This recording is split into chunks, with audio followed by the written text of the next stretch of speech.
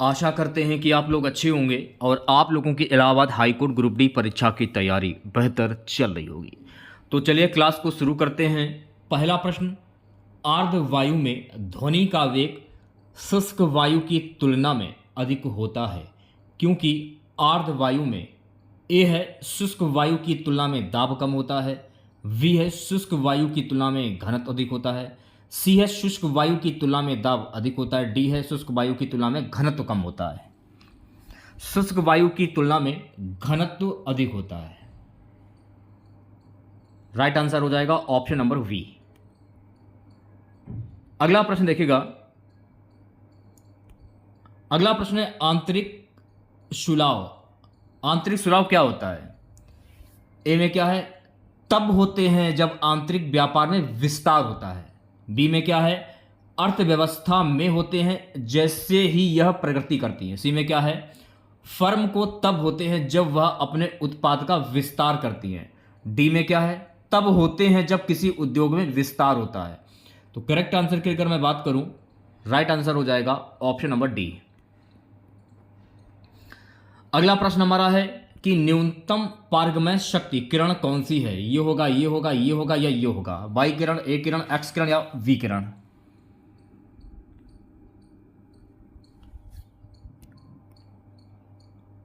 Right answer हो जाएगा option number we, ए किरण। चलिए बढ़ते हैं नेक्स्ट क्वेश्चंस की ओर। इन क्वेश्चंस की भी आप लोग प्रैक्टिस कर लीजिए। अगर आप लोगों ने इलाहाबाद हाईकोर्ट ग्रुप डी का फॉर्म अगर फिल किया है तो ऐसे क्वेश्चंस भी पूछे जाएंगे सुमेल करने वाले, ठीक है? तो मिलान करना है। तो करेक्ट आंसर की अगर मैं बात करूं तो मेरे प्यारे साथियों, करेक्ट आंसर आपका हो जाएगा ऑप्शन नंबर डी। अब सुमेल कैसे करना है वो भी देख लीजिए आप लोग। विटामिन सी एस्कॉर्बिक एसिड, ठीक है, प्रकाश संश्लेषण पिगमेंट, क्लोरोफिल से हो जाएगा इसका सुमेल।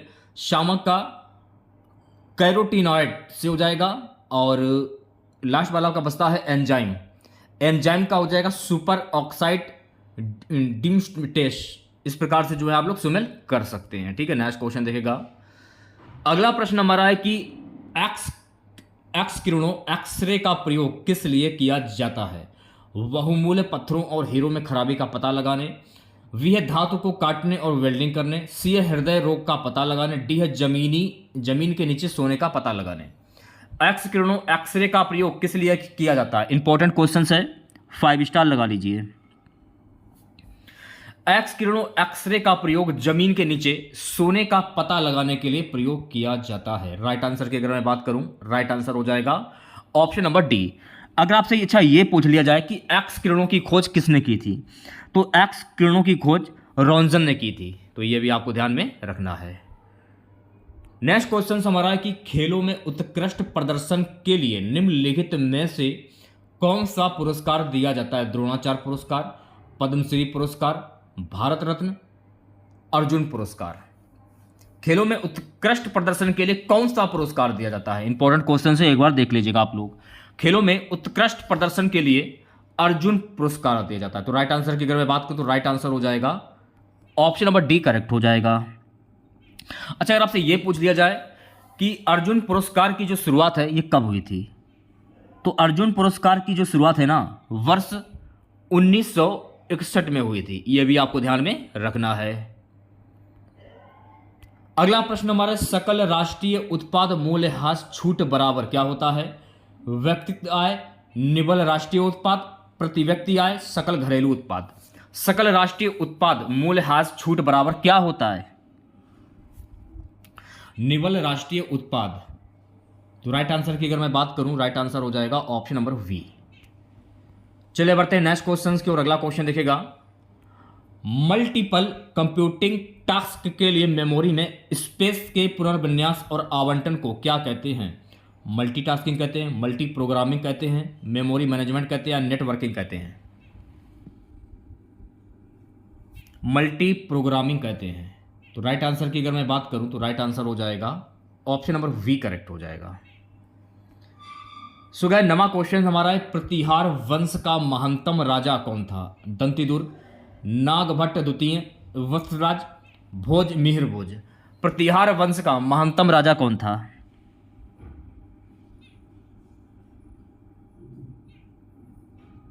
आंसर हो जाएगा भोज, मिहिर भोज। तो राइट आंसर की अगर मैं बात करूं तो राइट आंसर हो जाएगा ऑप्शन नंबर डी। अच्छा, अगर आपसे ये पूछ लिया जाए कि प्रतिहार वंश की जो स्थापना है ये किसने की थी, तो प्रतिहार वंश की स्थापना हरिश्चंद्र ने की थी। तो ये भी आपको ध्यान में रखना है। अगला प्रश्न देखिएगा। सो गाइस, नेक्स्ट क्वेश्चन हमारा है, बाजार में संतुलन कीमत का निर्धारण किससे किया जाता है? सीमांत लागत और औसत लागत के बीच समानता, समग्र लागत और समग्र राजस्व के बीच समानता, औसत लागत और औसत राजस्व के बीच समानता, सीमांत लागत और सीमांत राजस्व के बीच समानता। बाजार में संतुलन कीमत का निर्धारण किससे किया जाता है? सीमांत लागत और सीमांत राजस्व के बीच समानता। तो अगर मैं राइट आंसर की बात करूं तो राइट आंसर हो जाएगा ऑप्शन नंबर डी करेक्ट हो जाएगा। ठीक है। सो गाइस, नेक्स्ट क्वेश्चन देखेगा 11वां। निम्नलिखित में से कौन सी नदी भारतीय भू क्षेत्र से नहीं निकलती? ब्रह्मपुत्र, महानदी, सतलुज या गंगा? कौन सी नदी भारतीय भू क्षेत्र से नहीं निकलती? इस नदी को हम कहते हैं ब्रह्मपुत्र नदी। तो राइट आंसर की अगर मैं बात करूं तो राइट आंसर क्या हो जाएगा? ऑप्शन नंबर ए करेक्ट हो जाएगा। नेक्स्ट क्वेश्चन देखेगा। नेक्स्ट क्वेश्चन हमारा जलियांवाला बाग जो हत्याकांड हुआ था, यह घटना कहां पर हुई थी? सूरत, इलाहाबाद, लखनऊ, अमृतसर? देखिए, सबसे पहले आप लोग ये जान लें कि जलियांवाला जो बाग जो हत्याकांड हुआ था, यह हत्याकांड 13 अप्रैल, डेट नोट कर लीजिए क्योंकि डेट भी पूछ ली जाएगी आपसे। ठीक है। 13 अप्रैल 1919 को जलियांवाला बाग हत्याकांड हुआ था। तो पहला फैक्ट आपको ध्यान में रखना है। और इसमें हाथ किसका था? जब ये घटना जो हुई थी, ये घटना कराने वाला कौन था? इस घटना को कराने वाला जनरल डायर था, जिसने निहत्थे भीड़ पर गोली चलाने का आदेश दिया था। और ये जो घटना है, ये घटना अमृतसर में हुई थी। तो करेक्ट आंसर की अगर मैं बात करूं, करेक्ट आंसर हो जाएगा ऑप्शन नंबर डी।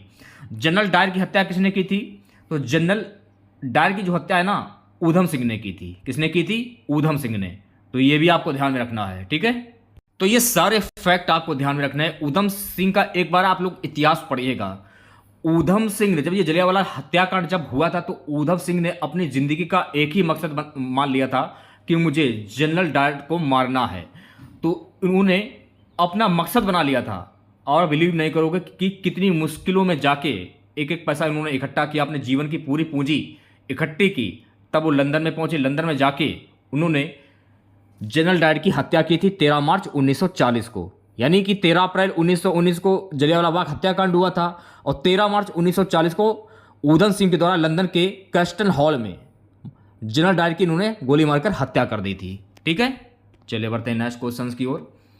13वां प्रश्न हमारा, लोधी वंश का संस्थापक कौन था? दौलत खान लोधी, बहलोल लोधी, सिकंदर लोधी, इब्राहिम लोधी? तो लोधी वंश का संस्थापक कौन था? लोधी वंश का संस्थापक था बहलोल लोधी। तो राइट आंसर की अगर मैं बात करूं, ऑप्शन नंबर वी करेक्ट हो जाएगा। अच्छा, लोधी वंश का जो शासन हुआ था, लोधी वंश की जो स्थापना हुई थी, कब हुई थी? तो लोधी वंश की स्थापना 1451 ईस्वी में हुई थी। तो ये भी फैक्ट आपको ध्यान में रखना है। ठीक है। चलिए बढ़ते हैं नेक्स्ट क्वेश्चन की ओर। हाँ, यहाँ पर आपको एक बात और ध्यान रखना है कि इब्राहिम जो लोधी था, वैसे तो लोधी वंश का संस्थापक बहलोल लोधी था, और लोधी वंश का अंतिम शासक कौन था, यह भी प्रश्न पेपर में पूछा जा सकता है। तो लोधी वंश का अंतिम शासक था इब्राहिम लोधी। और इब्राहिम लोधी का जो शासन था 1517 से 26 के बीच में था। ठीक है। 1517 से 26 ईस्वी के बीच में इसका शासनकाल था। तो ये भी फैक्ट आपको ध्यान रखना है। ठीक है। नेक्स्ट क्वेश्चन देखेगा। अगला प्रश्न है, दक्षिण पूर्वी व्यापारिक हवाएं बारिश के मौसम में भारतीय उपमहाद्वीप में किसके कारण आकर्षित होती हैं? पूर्वी हवाओं के प्रभाव, भूमध्य रेखा पर चक्रवात के बनने से, उत्तर पश्चिम भारत में कम वायुदाब के होने से, उत्तरी पूर्वी व्यापारिक हवाओं के प्रभाव से? उत्तर पश्चिम भारत में कम वायुदाब के होने से। तो राइट आंसर की अगर मैं बात करूं तो राइट आंसर क्या हो जाएगा? ऑप्शन नंबर सी करेक्ट हो जाएगा। ओके। अगला प्रश्न क्या है कि आगा खां कप निम्नलिखित में से किस खेल से संबंधित है? क्रिकेट, फुटबॉल, टेबल टेनिस या हॉकी?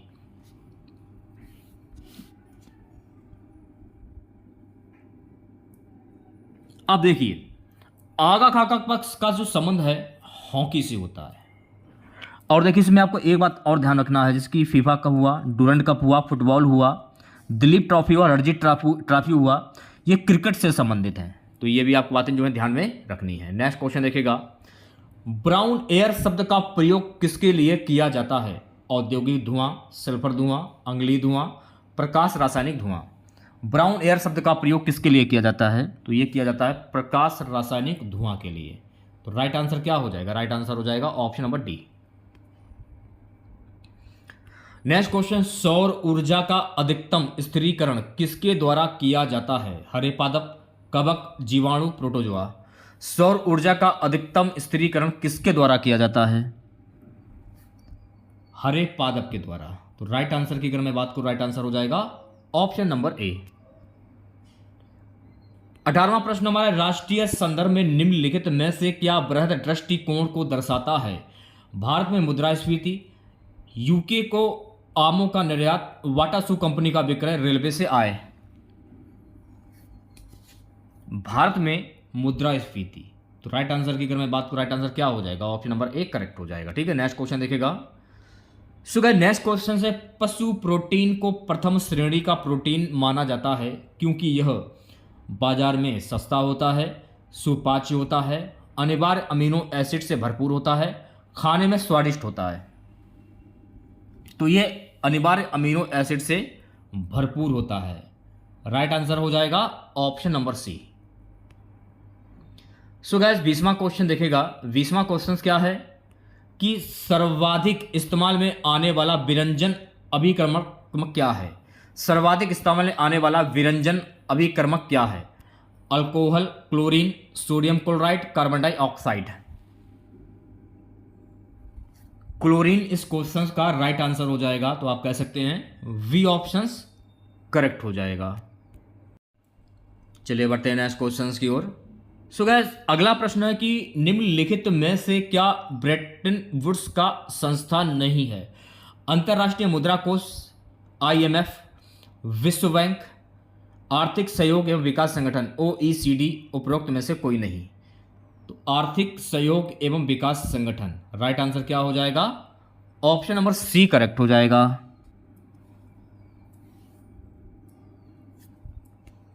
अगला प्रश्न क्या है? डाटा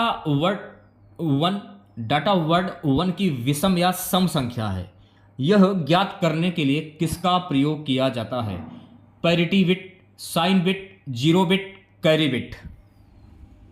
इसे ज्ञात करने के लिए किसका प्रयोग किया जाता है? इसको ज्ञात करने के लिए पैरिटी बिट का प्रयोग किया जाता है। तो राइट आंसर क्या हो जाएगा? Option number A. चलिए बढ़ते हैं नेक्स्ट क्वेश्चन की ओर। अगला प्रश्न देखेगा। अगला प्रश्न हमारा है कि सन 1939 में सुभाष चंद्र बोस किसे हराकर कांग्रेस पार्टी के अध्यक्ष चुने गए थे? मौलाना अबुल कलाम आजाद, जवाहरलाल नेहरू, VV पटेल, पटाभी सीतारामैया।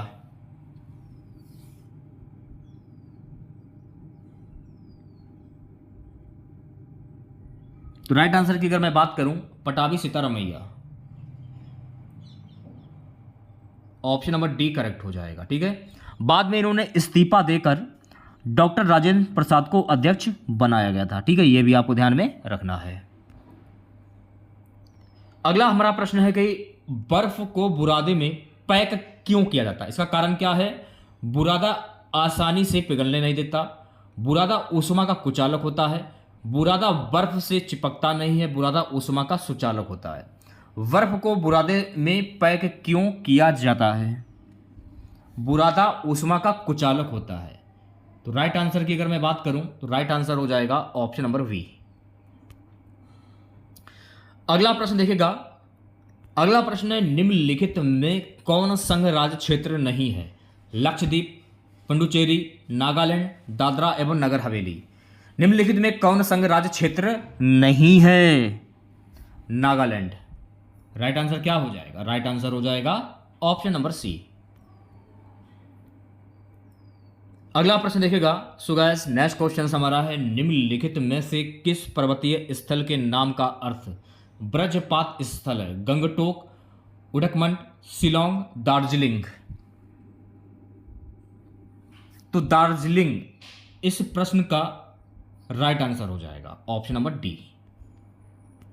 27वां प्रश्न देखिएगा। 27वां प्रश्न है, लोकतांत्रिक देश में विधायक लोकमत को किस प्रकार प्रभावित कर सकती है? लोक मुद्दों पर ध्यान केंद्रित करके, नागरिकों के कर्तव्यों को परिभाषित करके, अधिकार प्रदान करके, अविवादास्पद कानून बनाकर। लोक मुद्दों पर ध्यान केंद्रित करके, तो राइट आंसर हो जाएगा ऑप्शन नंबर ए करेक्ट हो जाएगा। ठीक है, अगला प्रश्न देखेगा। अगला प्रश्न क्या है कि पेरोक्सी नाइट्रेट क्या है? पेरोक्सी नाइट्रेट क्या है? गौण प्रदूषक, एसिडिक डाई, पादप हार्मोन, विटामिन। पेरोक्सी नाइट्रेट क्या है? एक गौण प्रदूषक। राइट आंसर हो जाएगा ऑप्शन नंबर ए करेक्ट हो जाएगा। सो गाइस, नेक्स्ट क्वेश्चन देखेगा। अगला प्रश्न हमारा गायत्री मंत्र किस पुस्तक में मिलता है? उपनिषद, भगवद गीता, ऋग्वेद, यजुर्वेद। गायत्री मंत्र किस पुस्तक में मिलता है? तो गायत्री मंत्र जो है ना, ये ऋग्वेद मिलता है, ऋग्वेद में। तो राइट आंसर की अगर मैं बात करूं तो ऑप्शन नंबर सी जो है ये बिल्कुल सही हो जाएगा। अगला हमारा प्रश्न है कि पंचायत समिति किसके प्रति अपने कार्यों के लिए जवाबदेह होती है? जनपद पंचायतें, आंचल पंचायतें, ग्राम पंचायतें और ग्राम सभाएं, जिला परिषदें। पंचायत समिति किसके प्रति अपने कार्यों के लिए जवाबदेही होती है? राइट आंसर की अगर मैं बात करूं तो ऑप्शन नंबर डी जो है ये आपका सही हो जाएगा। राइट आंसर हो जाएगा ऑप्शन नंबर डी। चलिए बढ़ते हैं नेक्स्ट क्वेश्चन की ओर। अगला प्रश्न देखेगा।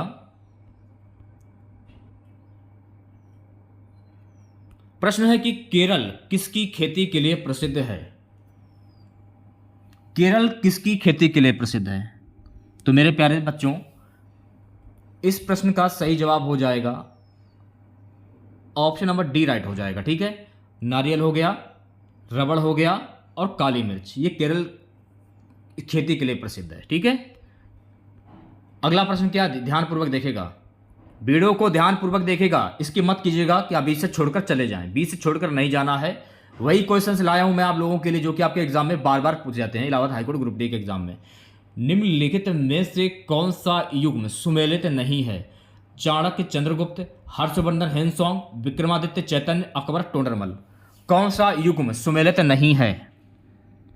तो देखिए, विक्रमादित्य, चैतन्य, ये जो युग्म है ये सुमेलित नहीं है। तो राइट आंसर क्या हो जाएगा? सी ऑप्शन करेक्ट हो जाएगा। ठीक है, देखिए विक्रमादित्य का जो नाम था, इनका रियल नेम था चंद्रगुप्त मौर्य द्वितीय। तो ये आपको ध्यान में रखना है, क्या नाम था? चंद्रगुप्त द्वितीय इनका रियल नाम था। तो ये भी आपको ध्यान में रखना है। और भारत का नेपोलियन जो है ना, भारत का नेपोलियन किसे कहा जाता है? तो भारत का नेपोलियन विक्रमादित्य को कहा जाता है। तो ये भी फैक्ट आपको ध्यान में रखना है। ठीक है, नेक्स्ट क्वेश्चन देखेगा। अगला प्रश्न हमारा, विधायिका को किस प्रकार की सरकार में कार्यपालिका से अधिक प्राथमिकता मिलती है? संघीय सरकार, संसदीय सरकार, राष्ट्रपति सरकार, अधिकारवादी सरकार। विधायिका को किस प्रकार की सरकार में कार्यपालिका से अधिक प्राथमिकता मिलती है? राइट आंसर क्या हो जाएगा? संसदीय सरकार। वी ऑप्शन करेक्ट हो जाएगा। अगला हमारा प्रश्न है कि मुक्त बाजार अर्थव्यवस्था की एक विशिष्टता क्या है? राशनिंग और कीमत नियंत्रण, सक्रिय राज्य हस्तक्षेप, उपभोक्ता संप्रभुता, उत्पादन के कारकों का लोक स्वामित्व। मुक्त बाजार अर्थव्यवस्था की एक विशिष्टता क्या है? तो राइट आंसर की अगर मैं बात करूं, राइट आंसर हो जाएगा उपभोक्ता संप्रभुता। ऑप्शन नंबर सी राइट हो जाएगा। ठीक है, अगला प्रश्न देखेगा। विश्व में सबसे लंबी महाद्वीपीय रेलवे जो है ये कौन सी है? Trans Atlantic railway, Canadian Pacific railway, Canadian national railway, trans Siberian railway. विश्व में सबसे लंबी महाद्वीपीय रेलवे कौन सी है? Trans Siberian railway. Right answer क्या हो जाएगा? ऑप्शन नंबर डी करेक्ट हो जाएगा। ट्रांस साइबेरियन रेलवे विश्व की सबसे लंबा रेल मार्ग है जो रूस को पूर्व से पश्चिम तक जोड़ता है, पूर्वी तट के बंदरगाह व्लादिवोस्टॉक से ये आरंभ होता है और पश्चिम में सेंट पीटर्सबर्ग तक जाता है। तो ये भी आपको ध्यान में रखना है। अगला प्रश्न देखिएगा मेरे प्यारे बच्चों, अगला प्रश्न है हाइड्रोजन पेरोक्साइड एक प्रभावी विसंक्रामक अभिक्रमक है। निम्नलिखित में से कौन सा उत्पाद तब परिणाम देता है जब उसका तत्काल सक्रिय ऑक्सीजन खत्म हो जाता है? पानी, hydrogen, Knesset hydrogen, ozone. Right answer हो जाएगा पानी, यानी ऑप्शन नंबर ए करेक्ट हो जाएगा। अगला प्रश्न देखिएगा, अगला प्रश्न है कि वर्षा जल संग्रह के संबंध में निम्नलिखित में से क्या गलत है? यह बहाव में होने वाली हानियों को बढ़ाता है, यह जल स्तर को बढ़ाने में सहायक होता है, यह जल संरक्षण का साधन है, यह जल की बढ़ती हुई मांग को पूरा करने में सहायक होता है। राइट आंसर की अगर मैं बात करूं तो ऑप्शन नंबर ए जो है ये बिल्कुल राइट हो जाएगा। यह झुकाव में होने वाली हानियों को बढ़ाता है। 38वां क्वेश्चन हमारा है न्यूक्लियस के बाहर डीएनए ये कहां मिलता है? गोल्जी काय, राइबोसोम, अंतर्द्रव्य जालिका, माइटोकॉन्ड्रिया। न्यूक्लियस के बाहर डीएनए ये कहां पर मिलता है? तो ये मिलता है माइटोकॉन्ड्रिया में। राइट आंसर हो जाएगा ऑप्शन नंबर डी करेक्ट हो जाएगा। ठीक है, अगला हमारा प्रश्न है भ्रूण की अपरापोषिका किसमें सहायक होती है? उत्सर्जन, पाचन, श्वसन, संरक्षण। भ्रूण की अपरापोषिका किसमें सहायक होती है? तो गाइस ये सहायक होती है उत्सर्जन में। तो राइट आंसर की अगर मैं बात करूं, राइट आंसर हो जाएगा ऑप्शन नंबर ए। अगला प्रश्न देखिएगा, गैस भरे गुब्बारों का नाखून की तुलना में सुई से फटना आसान क्यों होता है?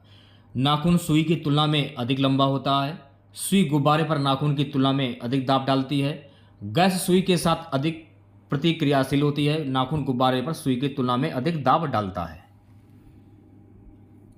राइट आंसर हो जाएगा ऑप्शन नंबर वी, सुई गुब्बारे पर नाखून की तुलना में अधिक दाब डालती है। तो बी ऑप्शन राइट हो जाएगा। ठीक है, 41वां क्वेश्चन देखिएगा, निम्नलिखित में से किस नेता का जन्म दिवस भारत में शिक्षक दिवस के रूप में मनाया जाता है? Doctor Rajendra Prasad, doctor C Rajagopalachari, doctor S Radhakrishnan, Lala Lajpat राय।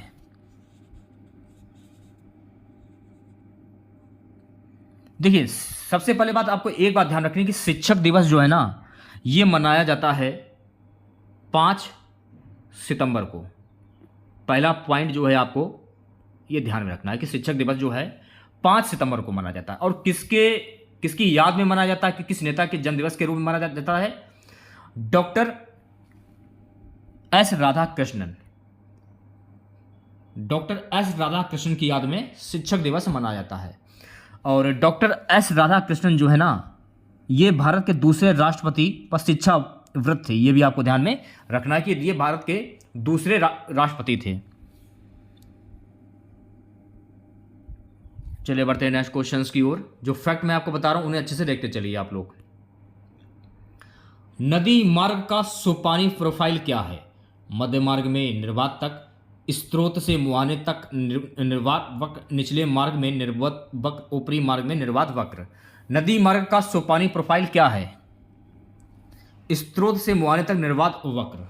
राइट आंसर की अगर मैं बात करूं, राइट आंसर हो जाएगा ऑप्शन नंबर वी। चलिए बढ़ते हैं नेक्स्ट क्वेश्चंस की ओर। अगला प्रश्न देखेगा, जब पेपर पर फैले संदलित KMNO में ग्लिसरॉल की एक बूंद मिलाई जाती है तो क्या होता है? पेपर सुलगने लगता है, चटकने की आवाज होती है, हिंसक विस्फोट होता है, कोई प्रतिक्रिया नहीं होती। पेपर सुलगने लगता है। राइट आंसर क्या हो जाएगा? राइट आंसर हो जाएगा ऑप्शन नंबर ए। अगला प्रश्न देखिएगा, पोत निर्माण यार्ड मझगांव डॉक ये कहां पर स्थित है? कोची, विशाखापट्टनम, मुंबई या कोलकाता? तो ये कहां पर स्थित है? तो ये स्थित है मुंबई में। राइट आंसर क्या हो जाएगा? ऑप्शन नंबर सी करेक्ट हो जाएगा। अगला प्रश्न देखेगा, अगला प्रश्न हमारा है कि दक्षिण एशियाई क्षेत्रीय सहयोग संघ का प्रथम सम्मेलन कहां पर हुआ था? ढाका, कोलंबो, काठमांडू, नई दिल्ली।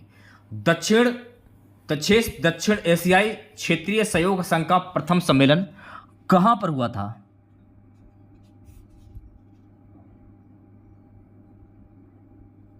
आंसर क्या हो जाएगा? ढाका।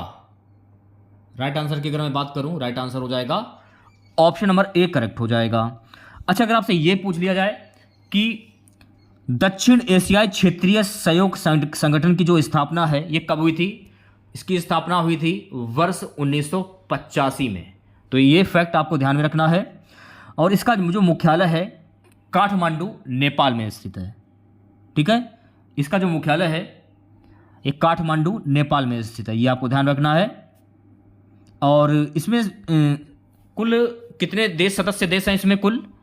तो इसमें देखिए भारत है, नेपाल है, भूटान है, बांग्लादेश है, पाकिस्तान है, श्रीलंका है, अफगानिस्तान है और मालदीव। टोटल 8 देश हैं इसमें। ठीक है, तो ये भी फैक्ट आपको ध्यान में रखना है।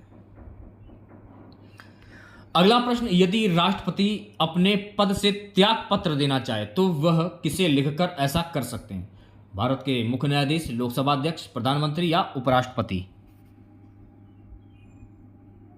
ऑप्शन नंबर डी जो है राइट आंसर हो जाएगा, ऑप्शन नंबर डी, उपराष्ट्रपति। चलिए बढ़ते हैं नेक्स्ट क्वेश्चंस की ओर। अगला क्वेश्चन देखेगा। अच्छा, एक प्रश्न अक्सर प्रश्न पेपर में पूछ लिया जाता है कि राष्ट्रपति का जो कार्यकाल होता है कब तक होता है, कितने साल का होता है राष्ट्रपति का कार्यकाल? तो राष्ट्रपति का जो कार्यकाल होता है कुल 5 साल का होता है। अगला प्रश्न देखेगा, जल निर्गम छिद्र किस प्रकार की स्थलाकृति में पाए जाते हैं? मरुस्थल, मैदानी, चूना क्षेत्र या टुंड्रा? जल निर्गम छिद्र किस प्रकार की स्थलाकृति में पाए जाते हैं? चूना क्षेत्र। तो राइट आंसर क्या हो जाएगा? राइट आंसर हो जाएगा ऑप्शन नंबर सी।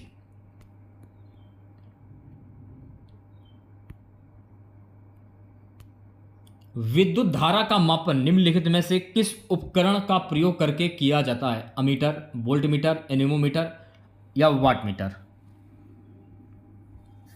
देखिए ये अमीटर नहीं होता, ये होता है एमीटर। एमीटर इसको कहा जाता है, ना कि अमीटर। राइट आंसर हो जाएगा ऑप्शन नंबर ए करेक्ट हो जाएगा। ठीक है, चलिए बढ़ते हैं नेक्स्ट क्वेश्चन की ओर। अगला प्रश्न क्या है कि निम्न में से कौन से जानवर का संबंध मोलस्का से है? खरगोश, हाइलियोटिस, हाइड्रा या हाइला? हाइलियोटिस। राइट आंसर हो जाएगा ऑप्शन नंबर वी। 50 क्वेश्चन क्या है कि दीप्ति कालिता किसे प्रभावित करती है? वनस्पति उगने, फल निकलने, फूल खिलने या ये सभी? दीप्ति कालिता किसे प्रभावित करती है? ये सभी। राइट आंसर की अगर मैं बात करूं, राइट आंसर हो जाएगा ऑप्शन नंबर डी। अब देखिए यहां से जो है आपके सामान्य हिंदी के जो क्वेश्चन जो हैं वो स्टार्ट हो जाते हैं। प्रश्न क्या है कि भाषा की सबसे छोटी इकाई को क्या कहते हैं? शब्द कहते हैं, व्यंजन कहते हैं, स्वर कहते हैं या वर्ण कहते हैं? भाषा की सबसे छोटी इकाई को क्या कहते हैं? वर्ण कहते हैं। तो राइट आंसर की अगर मैं बात करूं तो ऑप्शन नंबर डी करेक्ट हो जाएगा। ठीक है, अब देखिए यहां पर आपको कुछ महत्वपूर्ण फैक्ट हैं, उन्हें ध्यान में रखना है। अगर आपसे यह पूछ लिया जाए कि हिंदी में कुल वर्णों की संख्या कितनी होती है, तो हिंदी में कुल वर्णों की संख्या होती है 52। कितनी होती है? 52। अच्छा, स्वरों की संख्या कितनी होती है अगर आपसे यह पूछ लिया जाए तो स्वरों की संख्या कुल होती है 13। ठीक है, व्यंजनों की संख्या कुल कितनी होती है? तो व्यंजनों की कुल संख्या होती है 33।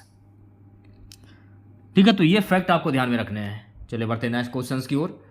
ज्ञा वर्ण किन वर्णों के संयोग से बना? इंपॉर्टेंट क्वेश्चन है, 5 स्टार लगा लीजिए, पेपर में छपने वाला क्वेश्चन। ज्ञा से ज्ञानी वर्ण किन वर्णों के संयोग से बना है? जा प्लस या, जा प्लस या, जा प्लस या प्लस या, जा प्लस या। ज्ञा से ज्ञानी किन वर्णों के संयोग से बना है? तो ये बना है जा प्लस या के संयोग से। तो राइट आंसर की अगर मैं बात करूं तो ऑप्शन नंबर वी जो है ये सही हो जाएगा। ठीक है, अधोलिखित में संयुक्त व्यंजन कौन सा है? ड़ा, ज्ञा, अड़ा या डा? अब देखिए संयुक्त व्यंजन कौन कौन से होते हैं? त्र, ज्ञा, और स्रा और जोड़ दीजिए। कुल संयुक्त व्यंजनों की संख्या होती है 4। अब ऑप्शन में क्या दिया है? ऑप्शन में दिया है ज्ञा से ज्ञानी। अब देखिए ज्ञा से ज्ञानी ये दिया है। ऑप्शन में अगर मान लीजिए छा हो या त्रा हो या स्रा हो, तो इनमें से कोई भी दिया हो तो उनमें से आप किसी में टिक कर सकते हैं। वैसे तो ज्ञा से ज्ञानी दिया है, राइट आंसर क्या हो जाएगा? ऑप्शन नंबर वी करेक्ट हो जाएगा। ठीक है, अगला प्रश्न देखेगा। निम्नलिखित में से कौन स्वर नहीं है? आ, उ, ए या या? कौन स्वर नहीं है? अब देखिए या जो है ना, ये स्वर नहीं है। ए हुआ, उ हुआ और आ हुआ, ये सभी स्वर हो जाएंगे। तो मैंने आपको क्या बताया था कि स्वरों की कुल संख्या होती है 13। आ, बड़ा आ, बड़ी ई, छोटा बड़ा, छोटी बड़ी, छोटा ऊ, बड़ा ऊ, ए, ओ, औ। इस प्रकार से आप 11 काउंट कर लीजिए। तो जो आपका जो ऑप्शन नंबर डी जो है, ये बिल्कुल आपका राइट आंसर हो जाएगा। ठीक है, अगला प्रश्न देखेगा। यहां पर देखिए आपको शुद्ध वर्तनी का चयन करना। दीर्घायु को लिखने का तरीका क्या है? अगर आप दीर्घायु लिखते हैं ना, तो दीर्घायु को लिखने का जो तरीका है ना, वो ये रहा। दीर्घायु ऐसे लिखा जाता है। तो राइट आंसर क्या हो जाएगा? Option number A. अब यहां पर देखिए आपको शुद्ध वर्तनी की पहचान करनी है। तो उज्ज्वल कैसे लिखा जाता है? उज्ज्वल को लिखने का तरीका क्या है? यह क्वेश्चन मैंने आपको कई बार कराया है। वैसे तो उज्ज्वल को लिखने का तरीका ये रहा। उज्ज्वल ऐसे लिखा जाता है। आपको माइंड में एक चीज ध्यान रखना है कि उ, दो आगे जा, वा और ला फीड कर लीजिए। काफी हाईलाइट क्वेश्चंस हैं। ये क्वेश्चंस काफी एग्जाम में ट्रेंड करता है। कोई भी एग्जाम उठाकर देख लीजिए, ये क्वेश्चन आपको छपा हुआ मिल जाएगा। तो राइट आंसर क्या हो जाएगा? Option number D. ठीक है, अगला प्रश्न देखेगा। शुद्ध वर्तनी का चयन कीजिए। अंतर साक्ष्य। अंतर साक्ष्य कैसे लिखा जाता है? अंतर साक्ष्य की शुद्ध वर्तनी क्या होगी? इसको लिखने का जो तरीका है ना, वो ये रहा, अंतर साक्ष्य। तो राइट आंसर क्या हो जाएगा? सी ऑप्शन करेक्ट हो जाएगा। ओके। किस क्रमांक में अंतस्थ व्यंजन है? अंतस्थ व्यंजन की बात हो रही है। डा या डा ढक्कन, या वा, गा, घा, दा या धा।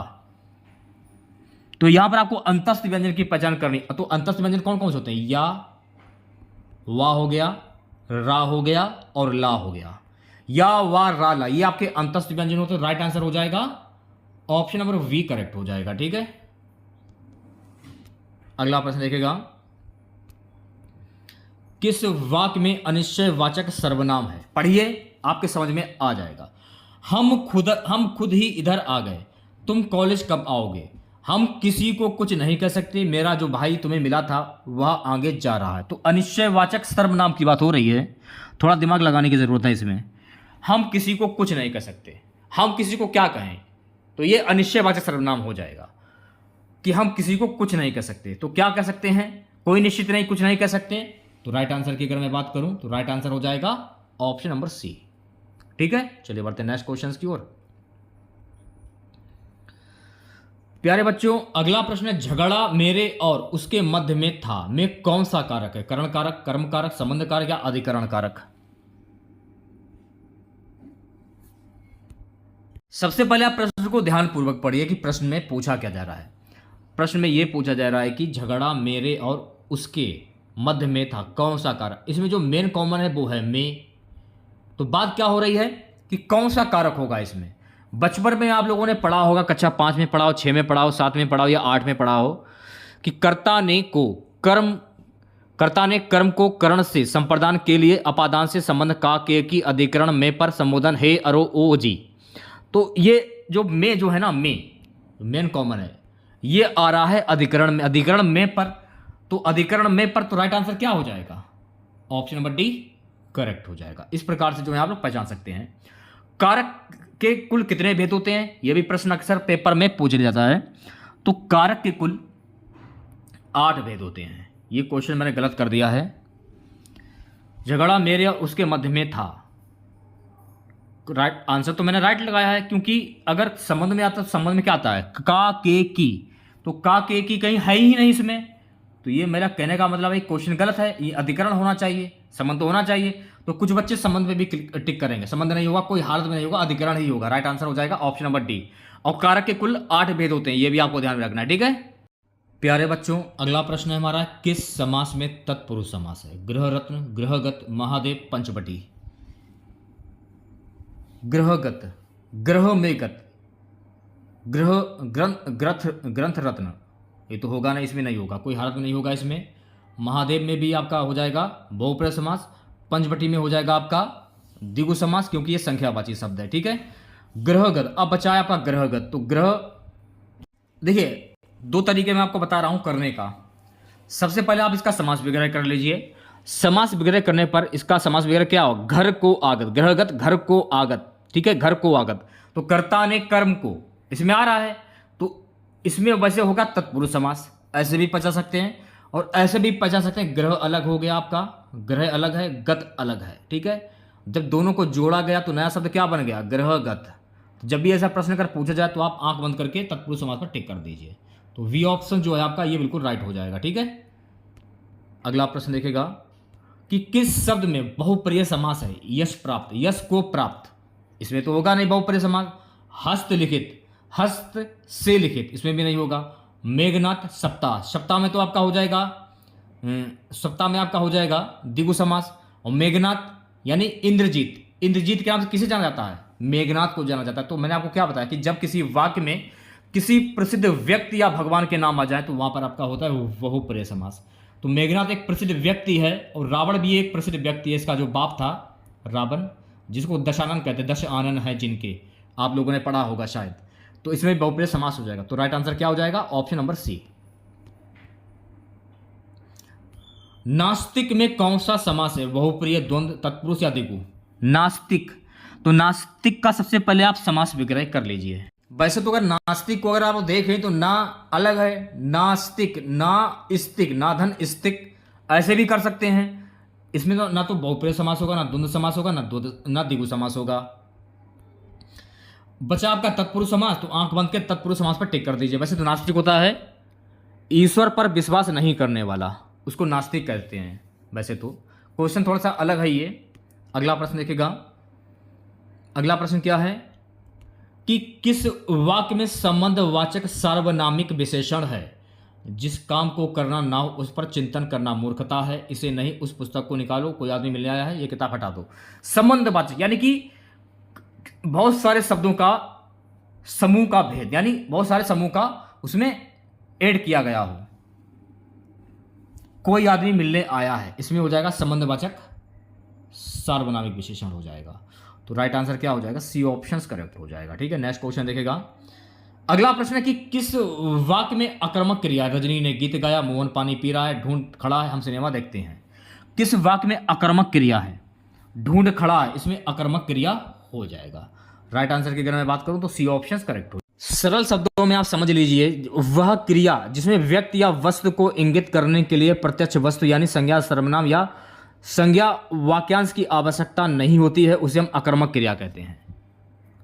अगला प्रश्न देखिएगा। किस शब्द में सम उपसर्ग लगाया, सप्रेम, साकार, शतधनकार, श्रृंगार, समधनहार, स्वीकार। देखिए सप्रेम, सम, इसमें सम हो जाएगा, इसमें भी नहीं होगा तो गलत हो गया। सात्कार तो साकार, तो शतधनकार, शतधनकार, शत हो जाएगा, इसमें भी नहीं होगा। संघार, श्रृंगार तो समधनहार, तो शम ये है तो श्रृंगार में निकल रहा है समधनहार। तो राइट आंसर क्या हो जाएगा, ऑप्शन नंबर सी करेक्ट हो जाएगा। तो मैंने आपको यह भी बताया था कि स्टार्टिंग का जो शब्द होता है वो आपका उपसर्ग होता है और लास्ट वाला शब्द आपका प्रत्यय होता है। निर्देश प्रश्न संख्या 67 से 69, प्रत्येक प्रश्न समूह में 4-4 शब्द दिए गए हैं, इनमें से 3 के अर्थ समान हैं। एक शब्द बेमल है, बेमल शब्द का चयन करना है आप लोगों को। प्रश्न क्या है, मित्र के चुनाव की पर जीवन की सफलता निर्भर करती है। औपचारिकता, उपयुक्तता, उपयोगिता, सार्थकता। मित्र के चुनाव की पर जीवन की सफलता जो है वो निर्भर करती है। तो आप ये कह सकते हैं कि मित्र के चुनाव की सार्थकता जीवन की सफलता निर्भर करती है। तो राइट आंसर हो जाएगा ऑप्शन नंबर डी करेक्ट हो जाएगा। ठीक है। अगला प्रश्न देखेगा। प्यारे बच्चों, अगला प्रश्न हमारा है, भारतीय संविधान में भेदभाव के लिए कोई नहीं है क्या, स्थान, विधान, अवसर या रुझान। तो भारतीय संविधान में भेदभाव के लिए कोई स्थान नहीं है। तो राइट आंसर की अगर मैं बात करूं, राइट आंसर हो जाएगा ऑप्शन नंबर ए करेक्ट हो जाएगा। ठीक है। नेक्स्ट क्वेश्चन देखेगा। अपने कथन की सत्यता कीजिए, प्रकट, सिद्ध, प्रमाणित या व्यक्त। अपने कथन की सत्यता कीजिए, अपने कथन को प्रमाणित कीजिए, ये क्या हो सकता है। तो राइट आंसर की अगर मैं बात करूं तो सी ऑप्शन करेक्ट हो जाएगा। ठीक है, अगला प्रश्न देखिएगा, उत धन हार के योग से कौन सा शब्द बनेगा, ये बनेगा, ये बनेगा, ये बनेगा। तो उत धन हार के योग से कौन सा बनता है, उद्गार बनेगा। तो राइट आंसर क्या हो जाएगा, ऑप्शन नंबर डी करेक्ट हो जाएगा। अच्छा, अगर आपसे ये पूछ लिया जाए कि उद्गार में प्रयुक्त संधि कौन सी होगी, व्यंजन संधि हो जाएगी। तो ये भी आपको ध्यान में रखना है। प्यारे बच्चों, अगला प्रश्न हमारा, दृग चल का सही संधि विच्छेद क्या होता है। ये होगा, ये होगा, ये होगा या फिर ये होगा। दृग चल का सही संधि विच्छेद की बात हो रही है, ध्यान पूर्वक आंसर दीजिएगा। दृक धन अचल, तो दृग चल में प्रयुक्त संधि कौन सी हो जाएगी, अगर आपसे ये पूछ लिया जाए, व्यंजन संधि हो जाएगी। ये भी आपको ध्यान में रखना है। तो राइट आंसर क्या हो जाएगा, सी ऑप्शन। निम्नलिखित में से कौन सा स्त्रीलिंग है, ये होगा, ये होगा, ये होगा या ये होगा। मंत्रिणी, चच्चू, छाता या भक्त। राइट आंसर हो जाएगा मंत्रिणी, ये आपका स्त्रीलिंग शब्द हो जाएगा। ये ऑप्शन करेक्ट हो जाए। नेक्स्ट क्वेश्चन देखिएगा, निम्न में से कौन सा भाववाचक संज्ञा, श्याम, नदी, बचपन या पेड़। तो यहां पर देखिए, आपको भाववाचक संज्ञा के शब्द की पहचान करनी है। आप लोगों ने बचपन जिया है, आप लोगों ने बचपन को आप लोगों ने सराहा है, बचपन में आप खेलते थे। तो जब आप बड़े हो जाते हैं, आपकी उम्र हो जाती है 30 से 35 साल के बीच में या 25 साल के जब हो जाते हैं, तो आप अपने बचपन को बहुत मिस करते हैं। आप अपने भाव व्यक्त करते हैं, किसी और से भाव व्यक्त करते हैं कि मेरा बचपन ऐसा था। तो बचपन में जो है हो जाएगा भाववाचक। ऐसे आप आंसर टिक कर सकते हैं। तो राइट आंसर की अगर बात करूं, सी ऑप्शन सही हो जाएगा। ठीक है, अगला प्रश्न क्या है कि दो वर्णों के मेल से होने वाले विकार को क्या कहते हैं, संधि कहते हैं, समास कहते हैं, उपसर्ग कहते हैं, प्रत्यय कहते हैं। ध्यानपूर्वक प्रश्न को पढ़िए, दो वर्णों के मेल से होने वाले विकार को क्या कहते हैं। तो प्यारे बच्चों, दो वर्णों के मेल से होने वाले विकार को हम कहते हैं संधि। सिंपल सा क्वेश्चन है, आसानी से आप जवाब दे सकते थे। राइट आंसर की बात करूं, ऑप्शन नंबर ए करेक्ट हो जाएगा। ठीक है, नेक्स्ट क्वेश्चन देखिएगा, संधि कुल कितनी प्रकार की होती है, 1, 2, 3 या 4। देखिए, संधि कुल 3 प्रकार की होती हैं। कौन कौन सी होती हैं, पहली होती है स्वर संधि, दूसरी होती है व्यंजन संधि, तीसरी होती है विसर्ग संधि। ठीक है, तो ये भी आपको ध्यान में रखना है। नेक्स्ट क्वेश्चन देखिएगा, राकेश का सही संधि विच्छेद क्या होगा, ये होगा, ये होगा, ये होगा या फिर ये होगा। राकेश का सही संधि विच्छेद क्या होता है। देखिए, जब राकेश का सही संधि विच्छेद करेंगे, थोड़ा दिमाग लगाने की जरूरत है। राका धन ईस हो जाएगा राकेश का सही संधि विच्छेद। तो राइट आंसर की अगर मैं बात करूं, तो राइट आंसर हो जाएगा सी ऑप्शन। ठीक है, अब इसको तो मान जाएगा बड़ा और इसको मान जाएगा बड़ी। तो बड़ा प्लस बड़ी मिलकर क्या बना, बड़ा प्लस बड़ी मिलकर बना ए। और ए नियम के अनुसार किस में आता है, गुण स्वर संधि में आता है। तो राकेश में प्रयुक्त संधि कौन सी हो जाएगी, गुण स्वर संधि हो जाएगी।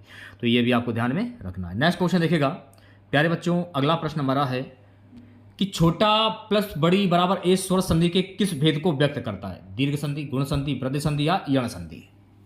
तो किस भेद को व्यक्त करता है। तो प्यारे बच्चों, गुण स्वर संधि को भेद को व्यक्त करता है। अभी मैंने आपको कराया कि बड़ा प्लस बड़ी बराबर क्या होता है, ए होता है। तो राइट आंसर की बात करूं, बी ऑप्शन करेक्ट हो जाएगा। ठीक है, नेक्स्ट क्वेश्चन देखेगा, प्रत्युत्तर का सही संधि विच्छेद क्या होता है, ये होगा, ये होगा, ये होगा या फिर ये होगा। प्रत्युत्तर, आप देखिए प्रत्युत्तर की संधि क्या होती है, प्रत्युत्तर की संधि होती है प्रतिधन उत्तर। वैसे क्वेश्चन देना इंपॉर्टेंट नहीं है, फिर भी देख लीजिए। अगर आपसे ये पूछ लिया जाए कि प्रत्युत्तर में प्रयुक्त संधि कौन सी होगी, संधि का नाम क्या होगा, इसमें हो जाएगी यण संधि। यह भी आपको ध्यान में रखना है। अगला प्रश्न क्या है कि कौन सा शब्द बहुप्रिय समास का सही उदाहरण है। निज दिन होगा नहीं, त्रिभुवन, पंचानन, पुरुष सिंह। तो पंचानन, बहुत सारे ऐसे बच्चे होंगे जो बताएंगे कि इसमें द्विगु समास होगा क्योंकि संख्यावाची शब्द है, लेकिन इसमें द्विगु समास नहीं होगा पंचानन में। सबसे पहले आप इसका समास विग्रह कर लीजिए। तो इसका समास विग्रह क्या होता है, 5 हैं आनंद जिसके, यानी कि भगवान शिव। तो मैं आपको क्या पता कि जब किसी वाक्य में किसी प्रसिद्ध व्यक्ति या भगवान के नाम आ जाए तो वहां पर होता है आपका बहुप्रिय समास। तो राइट आंसर की बात करूं तो सी ऑप्शन करेक्ट हो जाएगा। ठीक है, अगला प्रश्न देखेगा प्यारे बच्चों, नेक्स्ट क्वेश्चन हमारा कि शब्द रचना के आधार पर अधोलिखित में से योग ऋण शब्द का चयन कीजिए। पवित्र, कुशल, विनिमय, जलज। यहां पर आपको योग ऋण शब्द की पहचान करनी है, सोच समझ कर आंसर दीजिएगा। देखिए जलज जो है ना, ये योग ऋण शब्द है जो कमल के लिए प्रयुक्त होने लगा है, जलज। राइट आंसर की अगर मैं बात करूं, राइट आंसर हो जाएगा ऑप्शन नंबर डी।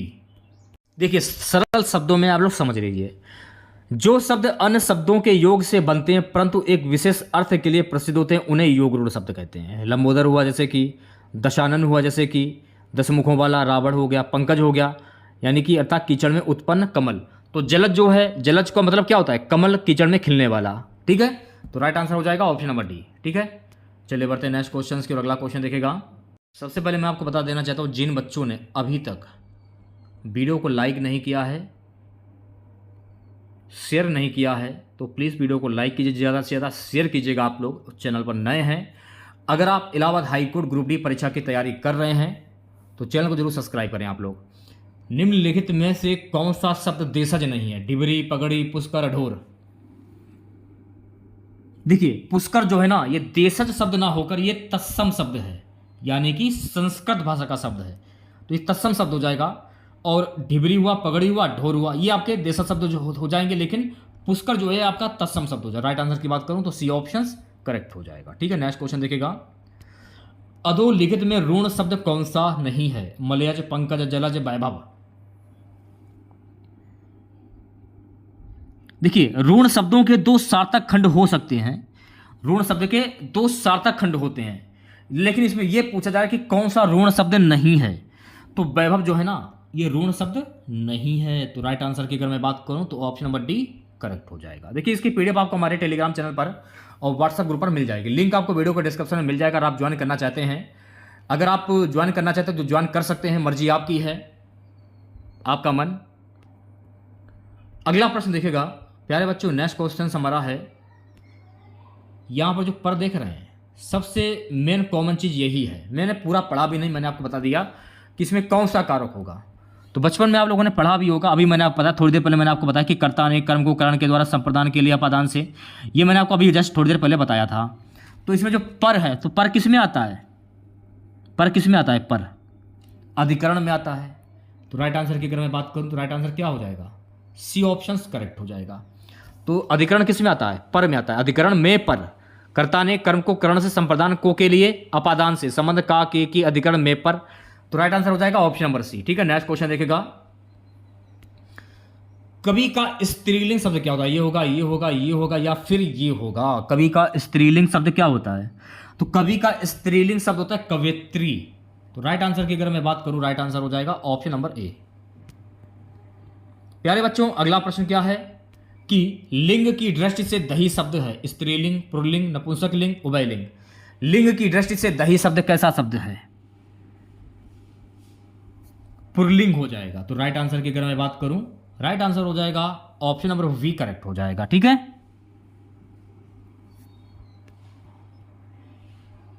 विकारी शब्द भी प्रश्न पूछ ले जाते हैं। निम्नलिखित में से विकारी शब्द कौन सा है, आज, यथा, परंतु या लड़का। यहां पर देखिए आपको विकारी शब्द की पहचान करनी है।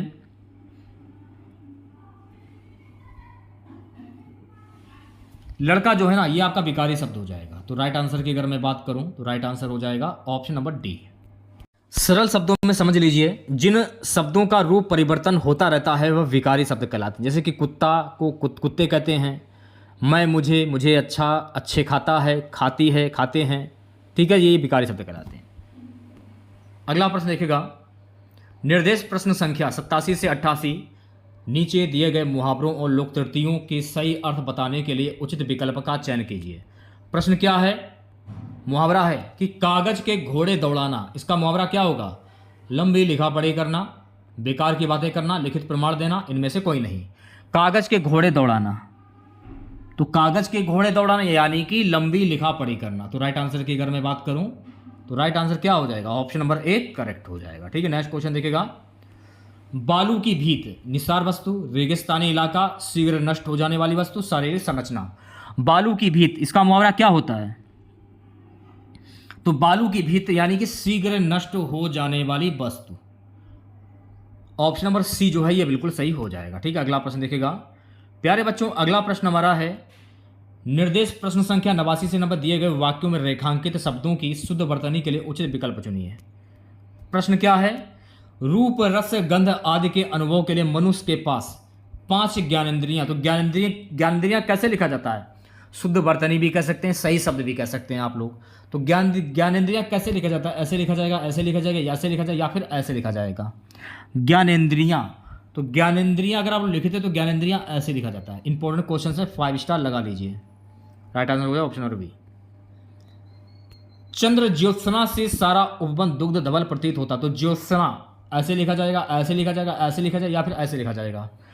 ज्योत्सना लिखने का तरीका क्या? तो ज्योत्सना लिखने का जो तरीका है ना वो ये रहा, ज्योत्सना ऐसे लिखा जाता है। तो राइट आंसर की बात करूं तो ऑप्शन नंबर सी करेक्ट हो जाएगा। अगला प्रश्न देखिएगा सभी बच्चे, गौरव का विलोम शब्द क्या होता है? लाघव, रौरव, लज्जा, अपमान। गौरव का विलोम शब्द क्या होगा? तो गौरव का विलोम शब्द होता है प्यारे बच्चों लाघव। राइट आंसर की बात करूं तो ऑप्शन नंबर ए करेक्ट हो जाएगा। ठीक है, नेक्स्ट क्वेश्चन देखिएगा, अनविज्ञ का विलोम क्या होता है? विज्ञ, अविज्ञ, अज्ञ, अविज्ञ। अनविज्ञ का विलोम शब्द क्या होता है? तो अनविज्ञ का विलोम शब्द होता है प्यारे बच्चों अविज्ञ। इसे आप अविज्ञ कह सकते हैं। तो राइट आंसर की बात करूं तो राइट आंसर हो जाएगा ऑप्शन नंबर वी। प्यारे बच्चों अगला प्रश्न हमारा है, ध्यानपूर्वक देखेगा, निम्नलिखित में से कौन सा शब्द बादल का पर्यायवाची शब्द है? नीरद, नीरज, अंबुज या अंबु। बादल का पर्यायवाची शब्द है। इंपॉर्टेंट क्वेश्चन से एक बार देख लीजिएगा आप लोग। तो नीरद जो है, नीरद ये बादल का पर्यायवाची शब्द होगा। तो अगर हम राइट आंसर की बात करें तो राइट आंसर हो जाएगा ऑप्शन नंबर ए। अगला प्रश्न क्या है, इंद्रियों को जीतने वाला के लिए एक शब्द क्या होता है? दूरदर्शी, दत्तचित्त, कुशाग्र बुद्धि, जितेंद्रिय। इंद्रियों को जीतने वाले शब्द के लिए एक शब्द क्या होता है? जितेंद्रिय। राइट आंसर की अगर मैं बात करूं तो राइट आंसर हो जाएगा ऑप्शन नंबर डी। प्यारे बच्चों नेक्स्ट क्वेश्चन देखिएगा, नीचे दिए गए विकल्पों में से तत्सम शब्द का चयन कीजिए। आम्र, दूध, शहीद, खिड़की। तो यहां पर देखिए आपको तत्सम शब्द की पहचान करनी है, यानी ऐसे शब्द जो संस्कृत भाषा से उत्पन्न हुए हों वो तत्सम शब्द कहलाते हैं। तो वैसे आम्र जो है ना ये आपका तत्सम शब्द हो जाएगा, और आम का जो तद्भव शब्द होता है वो आम होता है। ठीक है, तो आंसर क्या हो जाएगा? ऑप्शन नंबर ए करेक्ट हो जाएगा। अब यहां पर देखिए आपको दिए गए विकल्पों में तद्भव शब्द की पहचान करनी है। बैंक, अमीर, अग्नि, मुंह। तो यहां पर आपको तद्भव शब्द की पहचान करनी है, यानी कि ऐसे शब्द जो हिंदी भाषा से उत्पन्न हुए हों वो तद्भव शब्द कहलाते हैं। तो मुंह जो है ना ये आपका तद्भव शब्द हो जाएगा। तो राइट आंसर की अगर मैं बात करूं ऑप्शन नंबर डी करेक्ट हो जाएगा। प्यारे बच्चों अगला प्रश्न देखिएगा, निम्नलिखित में से कौन सा शब्द सूर्य का पर्यायवाची नहीं है? दिनकर, रवि, अंशुमाली, यामिनी।